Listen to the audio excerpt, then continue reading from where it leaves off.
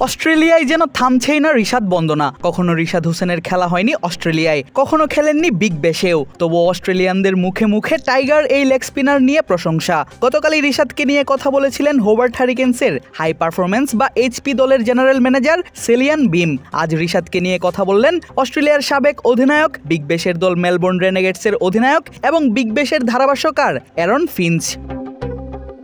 21 June ফিন্সের সঙ্গে একটি podcast publish করা হয় বিগ ব্যাশের সামাজিক যোগাযোগ মাধ্যমে। সেখানেই সাবেক এই অজি অধিনায়ক বলেন, বাংলাদেশি লেগ স্পিনার রিশাদ হোসেন দুর্দান্ত টার্ন করান। তাকে নিয়ে রিকি পন্টিং খুবই উঁচু পর্যায়ের প্রশংসা করেছেন। এমনকি ফিন্সের এমন বক্তব্য সম্বলিত গ্রাফিক্স কার্ডও নিজেদের ফেসবুক পেজে প্রকাশ করে বিগ ব্যাশ।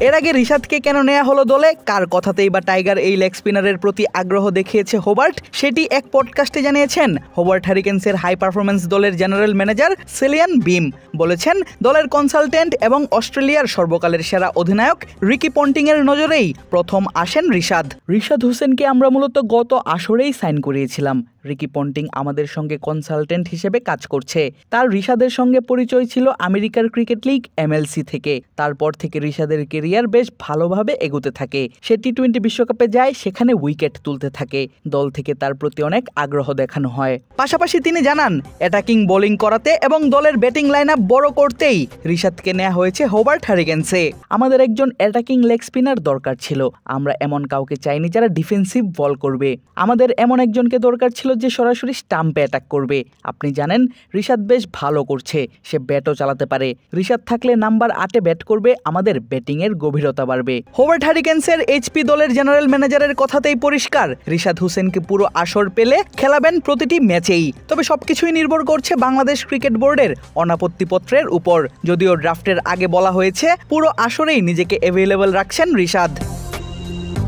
আগামীকাল ডিসেম্বরের শেষ দিকে শুরু হওয়ার কথা বিগ ব্যাশের 15তম আসরের, যার পর্দা নামবে জানুয়ারির শেষ দিকে ফাইনাল ম্যাচের মধ্য দিয়ে। আইসিসির ভবিষ্যৎ সফরসূচি বা FTP অনুযায়ী তখন নেই বাংলাদেশ জাতীয় দলের কোনো খেলা। তবে 2026 সালের ফেব্রুয়ারিতে টি-20 বিশ্বকাপ থাকায় কিছুদিন এগিয়ে আনা হতে পারে BPL এর পরবর্তী আসর। ফলে বিগ ব্যাশের সঙ্গে সাংঘর্ষিক হওয়ার শঙ্কা আছে অনেকটাই। তাই BPL অথবা বিগ ব্যাশের মধ্যে যে কোনো একটিকেই হয়তো বেছে নিতে হতে পারে রিশাদকে।